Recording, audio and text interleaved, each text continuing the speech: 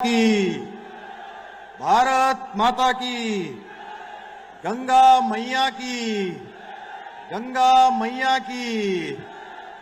मैं कहूंगा स्वागत है भाई, स्वागत है। आप कहेंगे अमित शाह जी का स्वागत है। स्वागत है भाई, स्वागत है, स्वागत है भाई, स्वागत है।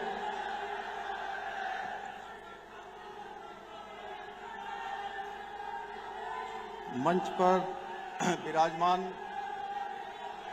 दृढ़ संकल्प के धनी, अटूट प्रतिबद्धता और राष्ट्र सेवा की जीवंत प्रतिमूर्ति, आधुनिक भारत के लौह पुरुष, देश के यशस्वी गृह एवं सहकारिता मंत्री आदरणीय अमित भाई शाह जी, केंद्र सरकार के यशस्वी परिवहन एवं राज्य मंत्री भाई अजय टमटा जी, उत्तराखंड विधानसभा की अध्यक्ष आदरणीय ऋतु भूषण खंडूरी जी, मंच पर उपस्थित सभी सम्मानित आदरणीय पूर्व मुख्यमंत्रीगण, राज्य मंत्रिमंडल के मेरे सभी माननीय सहयोगी मंत्रीगण, माननीय सांसदगण, माननीय विधायकगण, भारतीय जनता पार्टी के प्रदेश अध्यक्ष श्री महेंद्र भट्ट जी एवं सम्मानित जनप्रतिनिधिगण एवं पदाधिकारीगण, मुख्य सचिव श्री आनंद वर्धन जी एवं राज्य सरकार के सभी अधिकारीगण,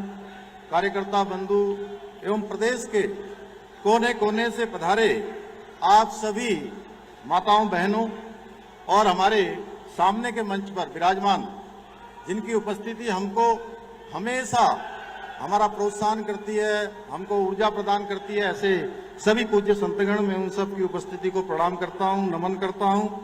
और इस विशिष्ट कार्यक्रम में आप सभी का इतनी विशाल संख्या में यहाँ पधारने के लिए आप सबका हृदय से स्वागत करता हूँ, आप सबका अभिनंदन करता हूँ। ये हम सभी के लिए अत्यंत गर्व का विषय है कि आज हमें उत्तराखंड में भारतीय जनता पार्टी के सरकार के दूसरे कार्यकाल के 4 वर्ष सफलतापूर्वक पूर्ण होने के उपलक्ष्य में आयोजित इस 4 साल बेमिसाल कार्यक्रम में हमारे पथ प्रदर्शक आदरणीय अमित शाह जी का मार्गदर्शन प्राप्त हो रहा है। यह आदरणीय प्रधानमंत्री श्री नरेंद्र मोदी जी के दूरदर्शी नेतृत्व और आदरणीय अमित भाई शाह जी की कुशल रणनीति, संगठन कौशल और प्रभावी मार्गदर्शन का ही परिणाम है कि वर्ष 2022 में उत्तराखंड की देवतुल्य जनता ने सभी पुराने मिथक तोड़ते हुए, सभी परिपाटी बदलते हुए भारतीय जनता पार्टी को दूसरी बार प्रचंड बहुमत की सरकार के साथ सेवा करने का अवसर प्रदान किया था। आदरणीय गृह मंत्री जी, यह आपके कुशल सांगठनिक कौशल और अटूट संकल्प शक्ति के बल पर ही आज भारतीय जनता पार्टी न केवल विश्व की सबसे बड़ी राजनीतिक पार्टी है, बल्कि सेवा, सुशासन और राष्ट्र निर्माण के संकल्प के साथ भारत के कोने कोने में विकास की नई गाथाएं लिख रही है।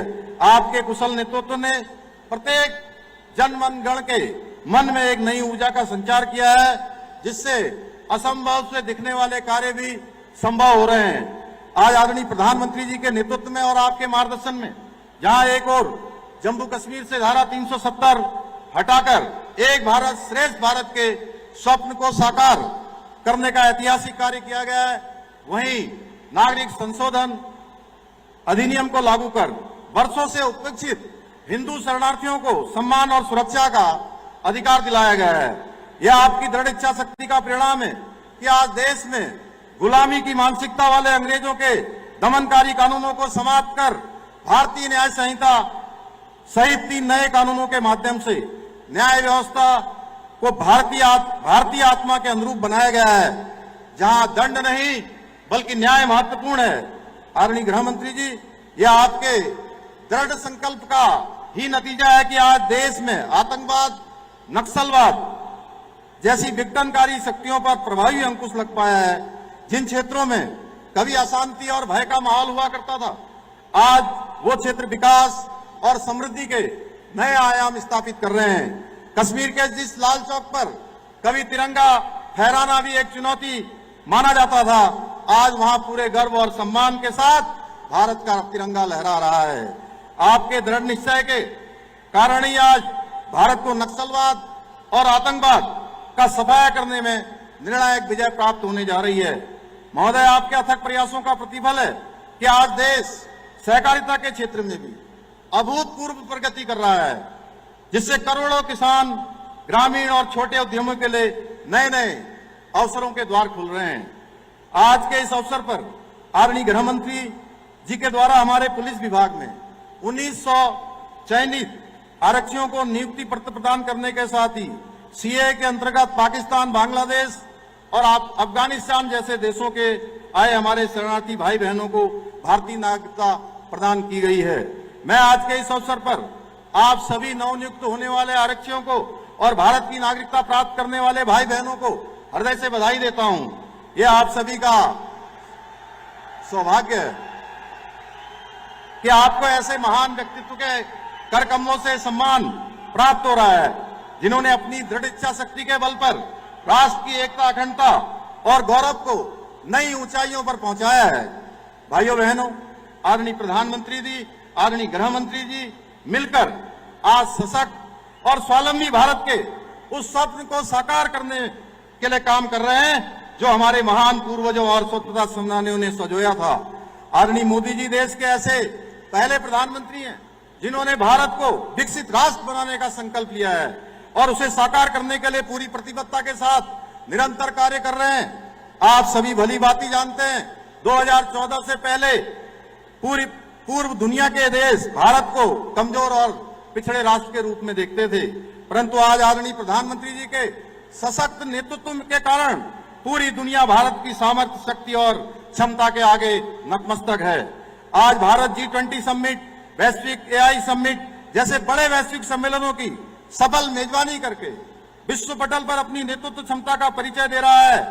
आज पूरी दुनिया मान रही है कि भारत विश्व की सबसे बड़ी आर्थिक शक्ति के रूप में जल्द ही उभरने वाला है, परंतु हमारे कांग्रेस के मित्रों को विश्व पटल पर भारत की बढ़ती प्रतिष्ठा और सम्मान रास नहीं आ रहा है।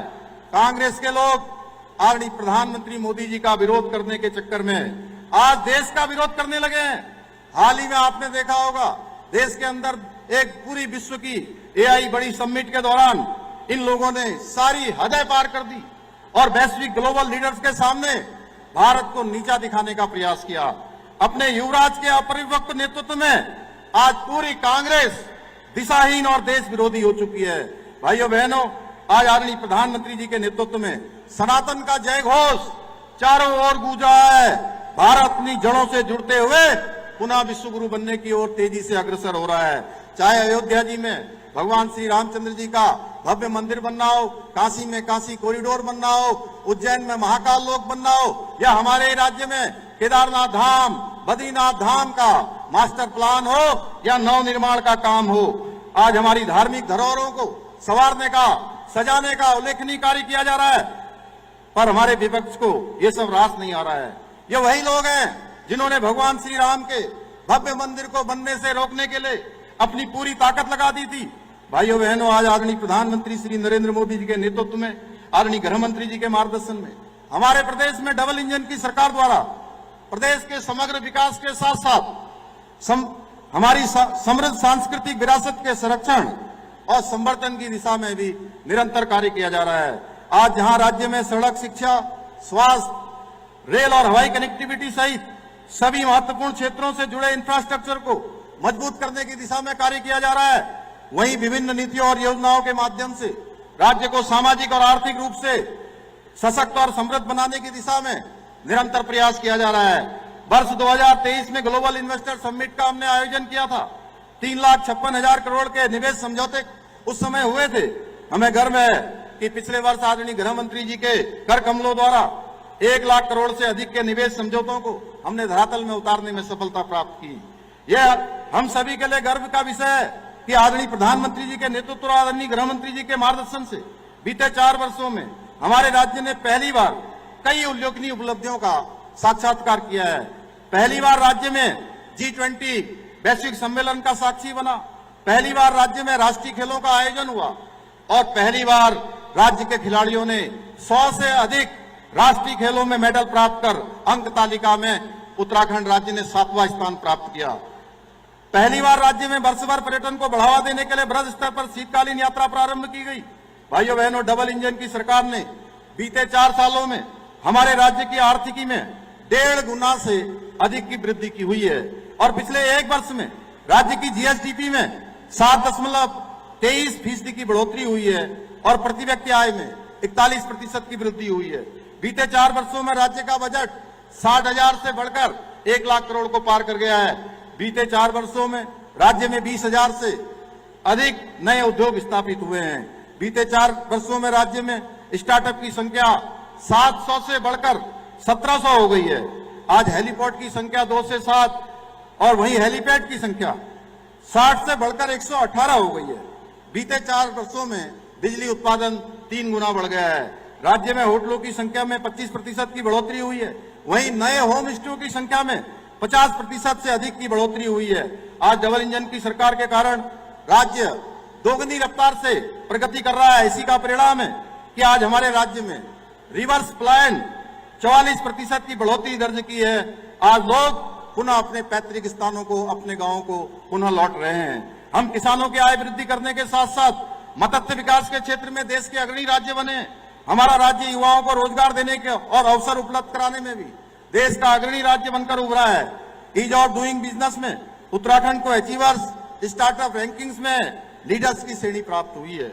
हमें नीति आयोग भारत सरकार के 2023-24 के इंडेक्स में सतत विकास के लक्ष्यों को प्राप्त करने में पूरे देश में पहला स्थान प्राप्त हुआ है।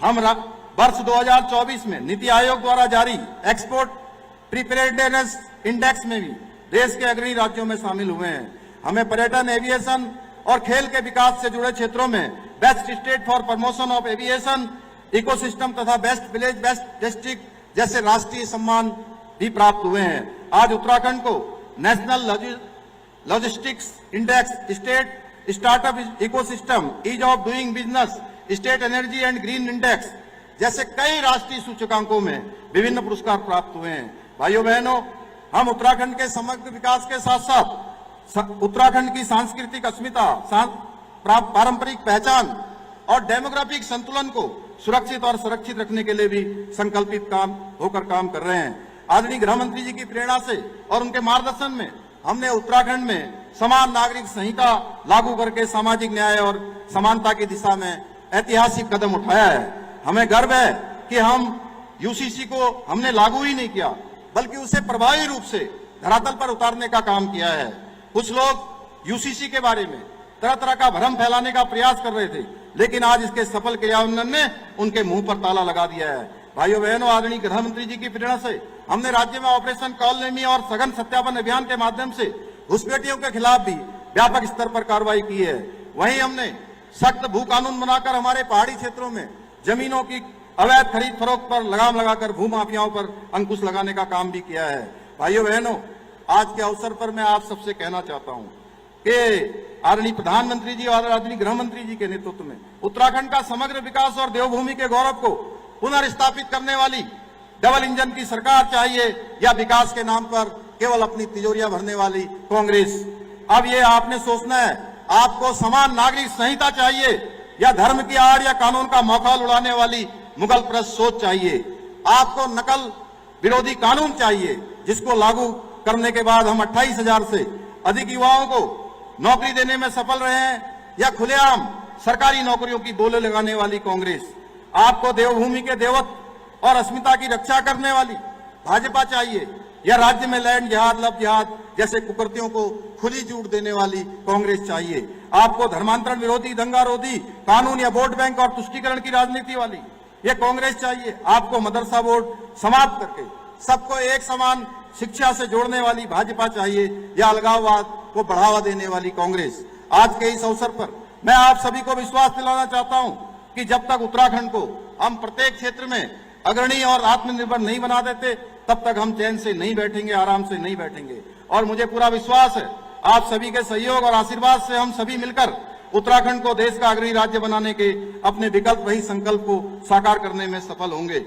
इसी विश्वास के साथ एक बार मैं आदरणीय गृह मंत्री जी का आप सबकी तरफ से एक बार फिर से देवभूमि पधारने पर उनका अभिनंदन करते हुए, स्वागत करते हुए और उनका धन्यवाद करते हुए कि जब भी हम किसी भी काम के लिए उत्तराखंड की कोई भी समस्या, कोई भी चुनौती होती है, वो हमेशा हमारे साथ खड़े होते हैं, हमेशा हमको प्रोत्साहन करते हैं, हमेशा हमको सहायता करते हैं। अभी अभी आपके ही मार्गदर्शन में, आपके ही कारण से भारत सरकार ने हमको जो 2027 में इसी कुंभ नगरी हरिद्वार में कुंभ मेला आयोजित होने वाला है, उसके लिए 500 करोड़ रुपए की धनराशि स्वीकृत की गई है। मैं आपका आदरणीय प्रधानमंत्री जी का धन्यवाद करता हूं। हम ये विश्वास दिलाते हैं कि कुंभ मेला हम बहुत अच्छे तरीके से करेंगे, एक सनातन के गौरव को बढ़ाने वाला मेला होगा। इन्हीं के साथ आपका कोटि कोटि आभार व्यक्त करते हुए और राष्ट्रपति रामधारी सिंह दिनकर जी की इन पंक्तियों के साथ अपनी बात को समाप्त करता हूं। है कौन विघ्न ऐसा जग में, है कौन विघ्न ऐसा जग में, टिक सके वीर नर के मग में, खम ठोक ठेलता है जब नर, पर्वतों के जाते पांव खड़, मानव जब जोर लगाता है, पत्थर पानी बन जाता है, पत्थर पानी बन जाता है। बहुत बहुत धन्यवाद। माननीय मुख्यमंत्री महोदय जी, धन्यवाद। आपके उद्बोधन के लिए हम हृदय से आभार व्यक्त करते हैं। और देवियों और सज्जनों, आज उत्तराखंड विकास, सुशासन और आत्मविश्वास के नए दौर में आगे बढ़ रहा है और इस विकास यात्रा को नई ऊर्जा देने के लिए आज हमारे बीच उपस्थित हैं देश के उन नेताओं में से एक जिन्होंने भारत की आंतरिक सुरक्षा को सुदृढ़ करने और राष्ट्र की एकता को मजबूत करने में ऐतिहासिक भूमिका निभाई है, जिनका मार्गदर्शन उत्तराखंड को निरंतर प्राप्त होता रहा और जिनकी प्रेरणा से राज्य विकास और सुशासन की दिशा में निरंतर आगे बढ़ रहा है। कृपया जोरदार तालियों के साथ स्वागत कीजिए भारत सरकार के माननीय गृह एवं सहकारिता मंत्री श्री अमित शाह जी का। हम उनसे आदरपूर्वक निवेदन करते हैं कि अपने प्रेरक उद्बोधन से हमें मार्गदर्शित करें। मेरे साथ बोलिए, भारत माता की। हो गया भैया, देख लिया आपको, बैठ जाइए, प्लीज बैठ जाइए। ओ भाई, अब बैठ जाओ, अपनी अपनी जगह पे बैठ जाओ। चलो, क्या हो गया भाई उत्तराखंड वालों की आवाज को? अरे हो गया भैया, नहीं सुन रहे हैं आप? ओ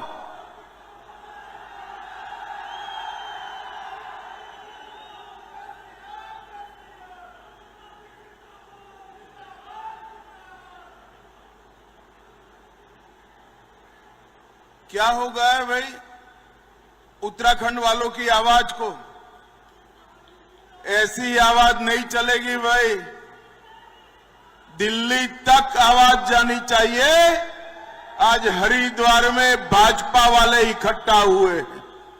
मेरे साथ दोनों हाथ उठाइए, जरा उठाइए दोनों हाथ। तीसरी बार भाजपा सरकार बनाने के संकल्प की मुट्ठी भींचिए और प्रचंड आवाज से बोलिए, भारत माता की जय श्री राम, जय जय श्री राम। मंच पर उपस्थित उत्तराखंड के लोकप्रिय मुख्यमंत्री श्रीमान पुष्कर सिंह धामी जी, मोदी जी की मंत्रिपरिषद में मेरे साथी भाई अजय टमटा जी, उत्तराखंड विधानसभा की अध्यक्षा श्रीमती रितु खंडूरी जी, हमारे वरिष्ठ नेता श्री सतपाल महाराज जी, महेंद्र भट्ट जी, प्रदेश अध्यक्ष और सांसद महोदय, हमारे पूर्व मुख्यमंत्री श्री त्रिवेंद्र सिंह रावत जी, हमारे पूर्व मुख्यमंत्री श्री रमेश पोखरियाल जी, हमारे पूर्व मुख्यमंत्री विजय बहुगुणा जी, हमारे पूर्व मुख्यमंत्री तीरथ सिंह रावत जी, धामी जी की मंत्रिपरिषद के सभी सदस्यगण, सांसद और मेरे मित्र श्री अनिल बलूनी जी,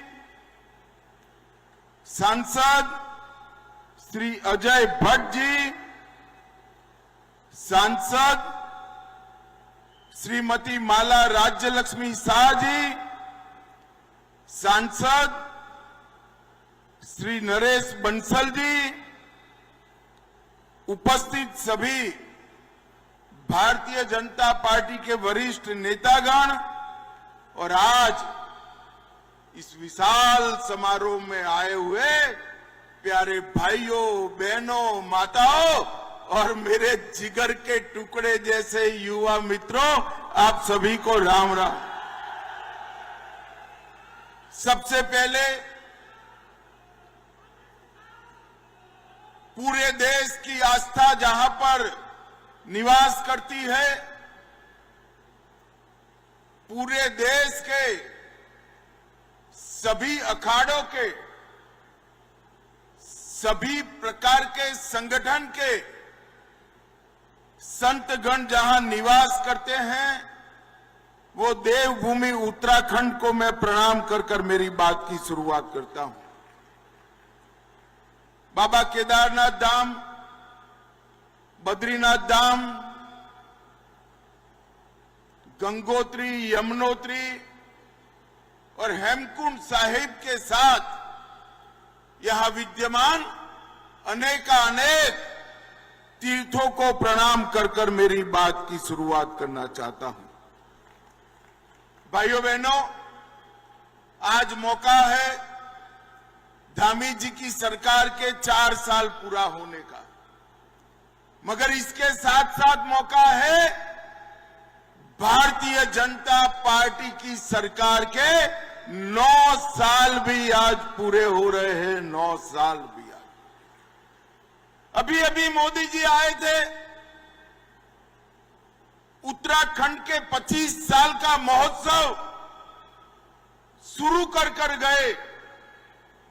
मैं आज इस कार्यक्रम के माध्यम से उत्तराखंड की जनता को बताने आया हूं कि एक जमाना था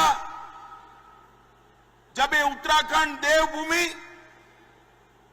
अपने अधिकारों के लिए संघर्ष कर रही,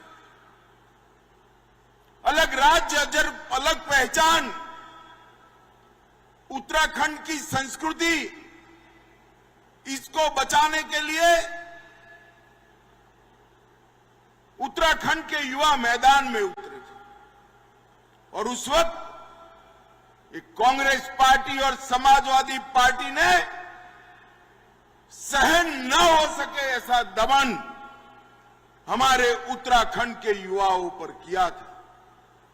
अनेक युवाओं को गोली लगी, उन्होंने बलिदान दिया।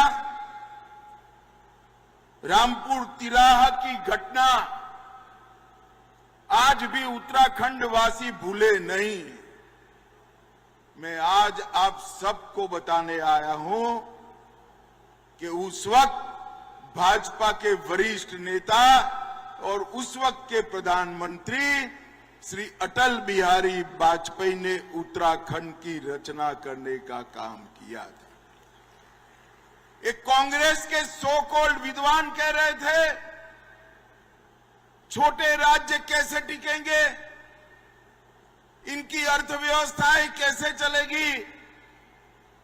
अटल जी ने 3 छोटे राज्य बनाए थे, उत्तराखंड, छत्तीसगढ़ और झारखंड। आज तीनों राज्य विकास के रास्ते पर आगे बढ़ गए। और आज मैं कहने आया हूं, जब हमारी सरकार के 9 साल पूरे हो रहे हैं, मुझे याद है त्रिवेंद्र सिंह रावत जी को मुख्यमंत्री बनाया था।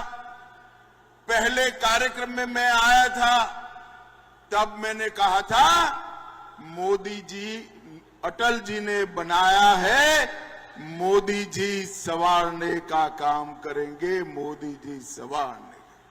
और ये 9 साल उत्तराखंड के विकास के 9 साल रहे। ये 4 साल के अंदर मुख्यमंत्री धामी जी ने एक एक समस्या को चुन चुन कर समाप्त करने का एक रचनात्मक अभिगम लिया। इसके कारण उत्तराखंड आज विकास के रास्ते पर 2 दूनी रात चौगुनी गति से आगे बढ़ रहा है।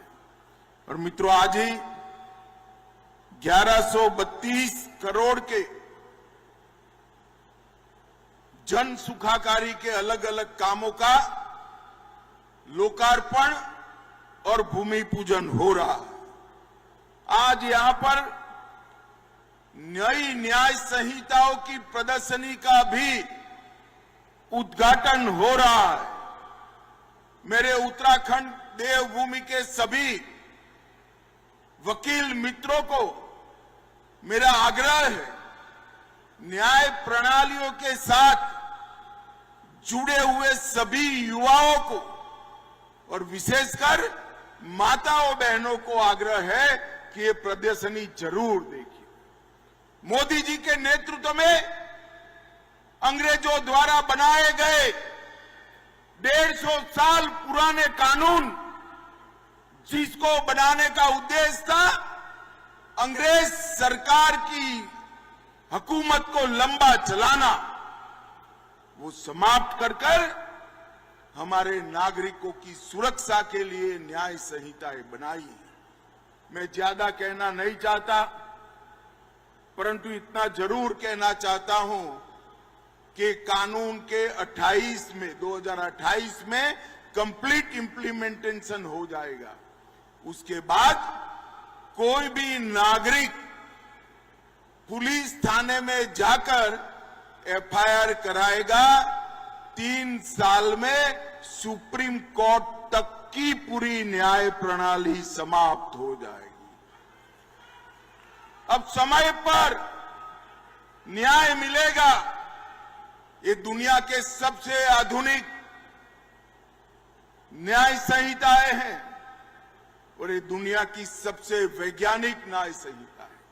मेरा आग्रह है कि आप सभी लोग जरूर इसको देखिएगा। आज यहां पर एक जोर जोर से नारे लगा रहे हैं। 1900 युवाओं को पुलिस आरक्षियों का नौकरी मिल गया है। मैं सभी युवाओं को मन से पूछना चाहता हूं, अगर कांग्रेस की सरकार होती तो ये नौकरी आपको मिलती क्या? जरा जोर से बोलो, मिलती क्या? पर्ची भी चाहिए होती और खर्ची भी लगती, दोनों लगता। अब कोई सिफारिश की जरूरत नहीं, कोई रिश्वत नहीं देनी है।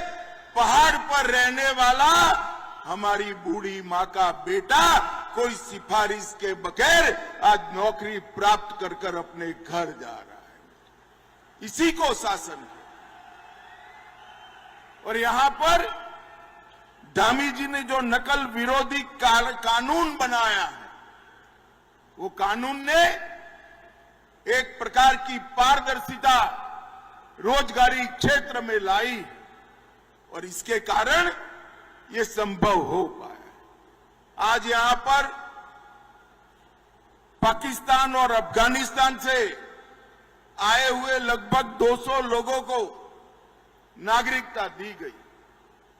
मुझे बरोबर याद है भाइयों बहनों, जब मैं सीएए का कानून लेकर आया था तब एक कांग्रेस, सपा, बसपा, ममता, डीएमके सारे के सारे लोग संसद में हो हल्ला करे थे। मैं आज फिर से कहना चाहता हूं, इस देश पर हमारे जो हिंदू शरणार्थी बांग्लादेश, पाकिस्तान, अफगानिस्तान से आए हैं, सिख शरणार्थी आए हैं, बौद्ध शरणार्थी आए हैं, जैन शरणार्थी आए हैं, इस देश पर उनका इतना ही अधिकार है जितना नरेंद्र मोदी जी का अधिकार है। वो हमारे देश के नागरिक हैं। मगर तुष्टीकरण की राजनीति के कारण आजादी से अब तक उनको नागरिकता से वंचित रखा गया। ढेर सारी यातनाएं झेलकर हमारे देश में शरणार्थी बनकर आए हैं। अपना धर्म बचाने के लिए, अपने परिवारों की महिलाओं का सम्मान बचाने के लिए क्या भारत उनको नागरिकता नहीं देगा? राहुल बाबा, जितना विरोध करना है कर दो, हम नागरिकता देकर रहेंगे, आप हमें नहीं रोक। जिन लोगों को आज नागरिकता मिली है, वो सभी लोगों को मेरी ढेर सारी बधाइयां।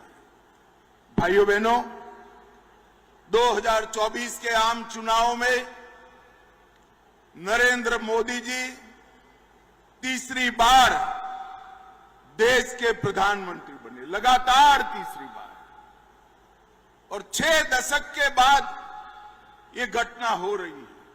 और फिर 24 में ही ओडिशा में पहली बार भाजपा का मुख्यमंत्री बना, हरियाणा में हमने हैट्रिक बनाई, महाराष्ट्र में हमने हैट्रिक बनाई, और फिर 25 दिल्ली में आप पार्टी का सुपड़ा साफ हो गया।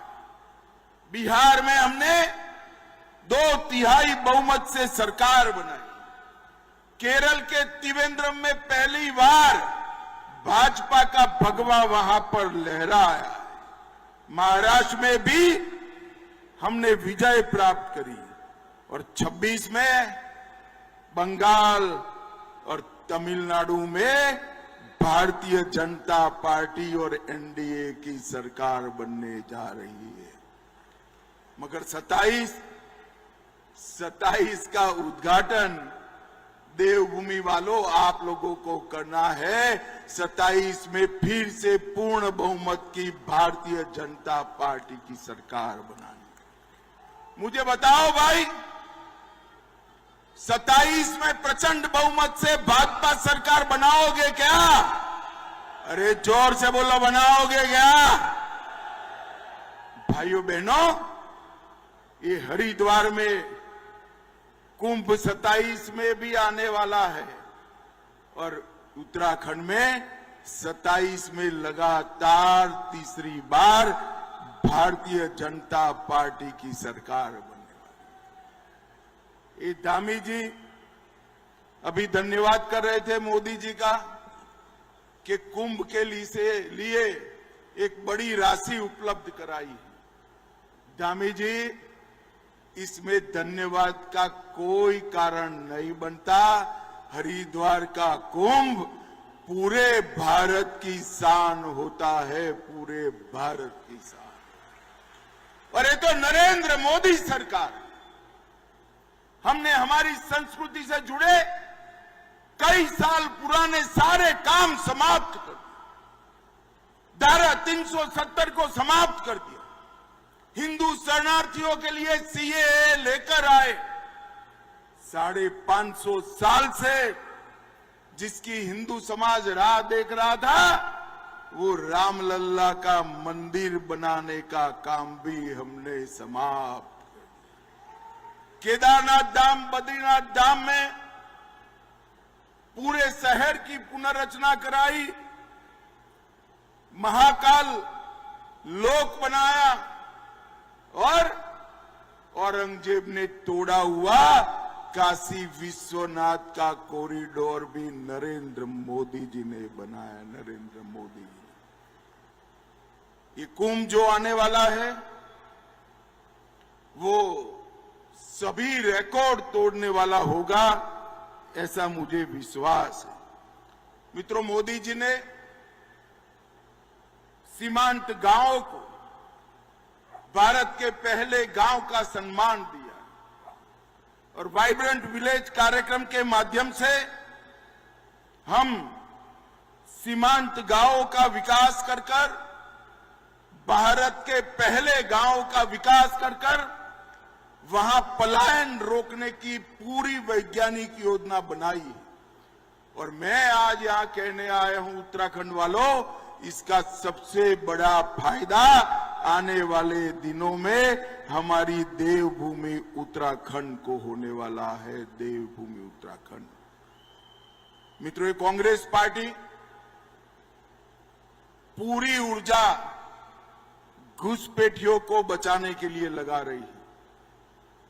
उत्तराखंड में हमारे मुख्यमंत्री धामी जी ने लगभग 10,000 से ज्यादा अतिक्रमण उखाड़कर फेंक दिए। 10,000 से।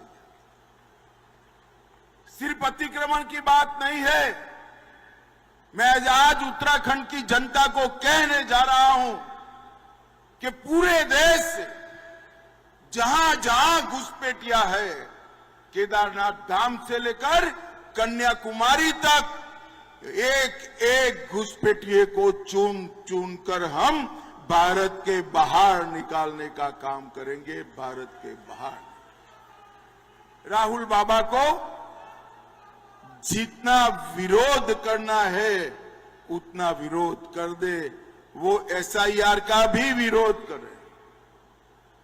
उनको हर चीज में नकारात्मकता दिखती। भाइयों बहनों, मुझे बताओ, जो भारत का नागरिक नहीं है उसका नाम मतदाता सूची से कटना चाहिए या नहीं कटना चाहिए? जोर से बोलो, कटना चाहिए या नहीं कटना चाहिए? भारतीय जनता पार्टी चुनाव आयोग जो SIR की प्रक्रिया कर रहा है, इसका पुरजोर समर्थन कर रही है। क्योंकि जिस देश में लोकतंत्र को संभालने वाली मूल इकाई मतदाता सूची शुद्ध न हो, परिशुद्ध न हो, वो देश का लोकतंत्र कभी सलामत नहीं रह सकता। भाइयों बहनों, कांग्रेस के जमाने में ढेर सारे भ्रष्टाचार के आरोप लगे। हरीश रावत स्टिंग प्रकरण, दलितों की छात्रवृत्ति का घोटाला, कमीशन एजेंटों से भरा हुआ सेक्रेटेरिएट, शराब नीति का स्टिंग कांड, कुमाऊं खाद्यान्न घोटाला। हमारी 9 साल सरकार रही। पहले त्रिवेंद्र सिंह रहे, फिर पुष्कर सिंह। हमारे विरोधी भी हमारी सरकार पर भ्रष्टाचार का आरोप नहीं लगा सके हैं, नहीं लगा। एक पारदर्शी तरीके से यहां पर 9 साल सरकार चलाने का काम भारतीय जनता पार्टी ने किया है। मित्रों, हमने इस देश से तुष्टीकरण की नीति को समाप्त कर। मैं तो बधाई देना चाहता हूं धामी जी को। धामी जी यहां पर यूनिफॉर्म सिविल कोड लेकर आए। नागरिक का धर्म कोई भी होगा, एक ही कानून से उसको देश में रहना होगा। और उत्तराखंड हमारा देश भर में UCC को लागू करने वाला पहला राज्य बना है, पहला राज्य।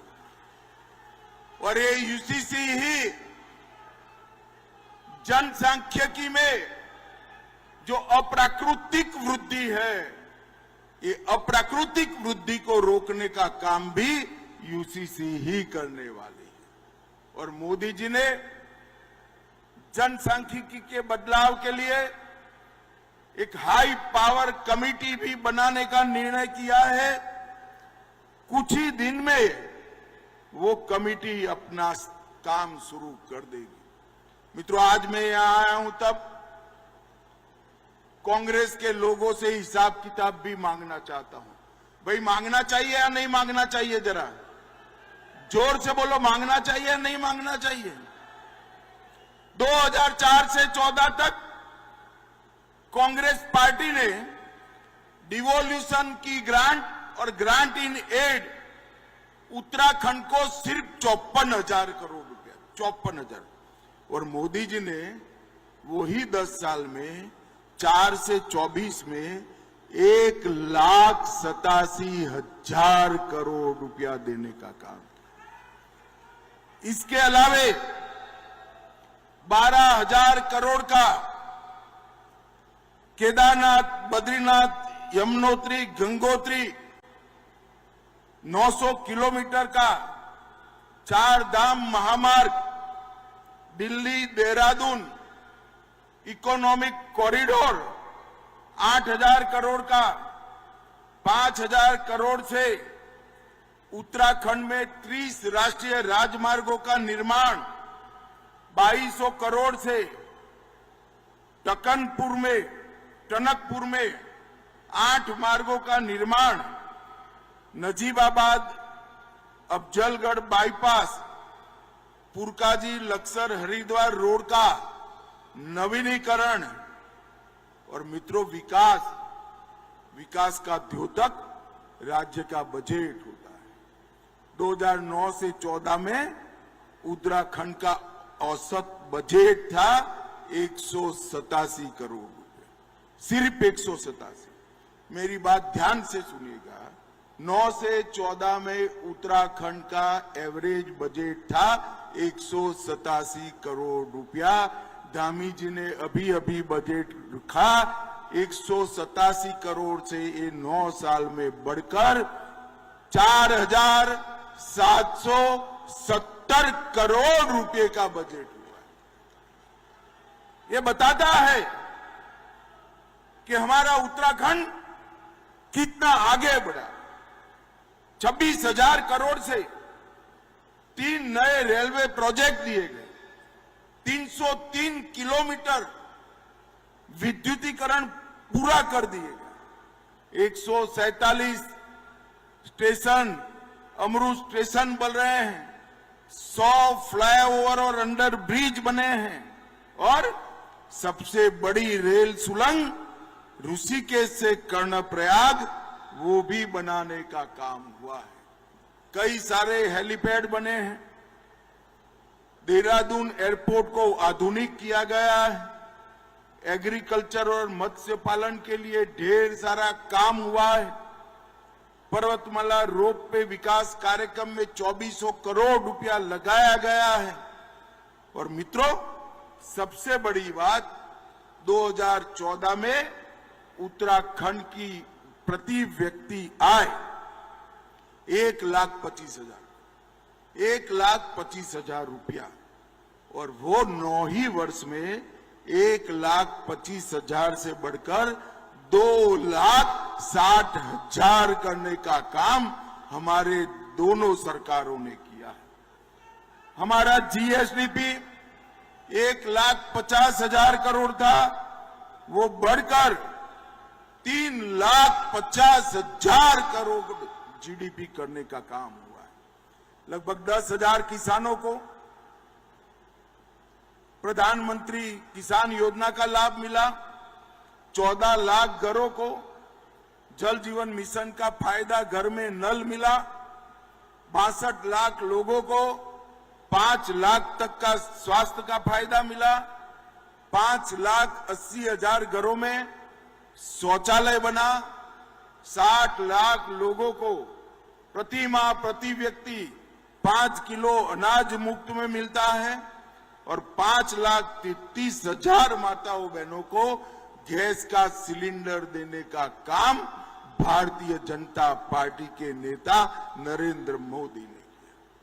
मित्रों, एक और भ्रष्टाचार करने वाली कांग्रेस, अव्यवस्था फैलाने वाली कांग्रेस, उत्तराखंड के निर्माण का विरोध करने वाली कांग्रेस, और दूसरी ओर 4 धाम के प्रति अनन्य श्रद्धा से 4 धाम के यात्रियों में 3 गुना वृद्धि करने वाली भारतीय जनता पार्टी, उत्तराखंड के हर कस्बे को रोड से जोड़ने का प्रयास करने वाली भारतीय जनता पार्टी, युवाओं को बिना खर्ची बिना पर्ची नौकरी देने वाली सरकार, कॉमन सिविल कोड लाने वाली सरकार, सीए के माध्यम से नागरिकता देने वाली सरकार है और घुसपैठियों को चुन चुन कर निकालने का संकल्प लेने वाली सरकार। उत्तराखंड को ये 2 विषय पर 2 पार्टियों के बीच में चयन करना है। कांग्रेस पार्टी राहुल गांधी के नेतृत्व में पूर्णतया बिखर चुकी है। संसद के अंदर चर्चा करने की जगह हो हल्ला कर संसद न चलने देने की नीति एज अ पॉलिसी इन्होंने अपनाई। ये पार्टी हमारा देवभूमि का विकास नहीं कर सकती। मैं उत्तराखंड वासियों को अंत में इतना ही कहने आया हूं, 2027 में फिर से चुनाव आने वाला है। हमारे दोनों मुख्यमंत्री त्रिवेंद्र सिंह और पुष्कर सिंह ने 9 साल तक मनपूर्वक उत्तराखंड की सेवा करी है। एक तीसरा मौका भारतीय जनता पार्टी को दे दीजिए। हम उत्तराखंड को सभी छोटे राज्यों में 1 नंबर पर ले जाने का काम करेंगे। मुझे बताओ भाइयों बहनों, कमल के निशान पर आने वाले चुनाव में बटन दबाकर भाजपा का समर्थन करेंगे क्या? अरे जोर से बोलो, करेंगे? तो मेरे साथ दोनों हाथ उठाइए, जरा उठाइए दोनों हाथ। विजय के संकल्प की मुट्ठी बींचे और प्रचंड आवाज से बोलिए, भारत माता की जय श्री राम, जय जय श्री राम। मंच पर बैठे हुए सभी संत गणों के श्री चरणों में मेरा प्रणाम। आप सभी का बहुत बहुत धन्यवाद।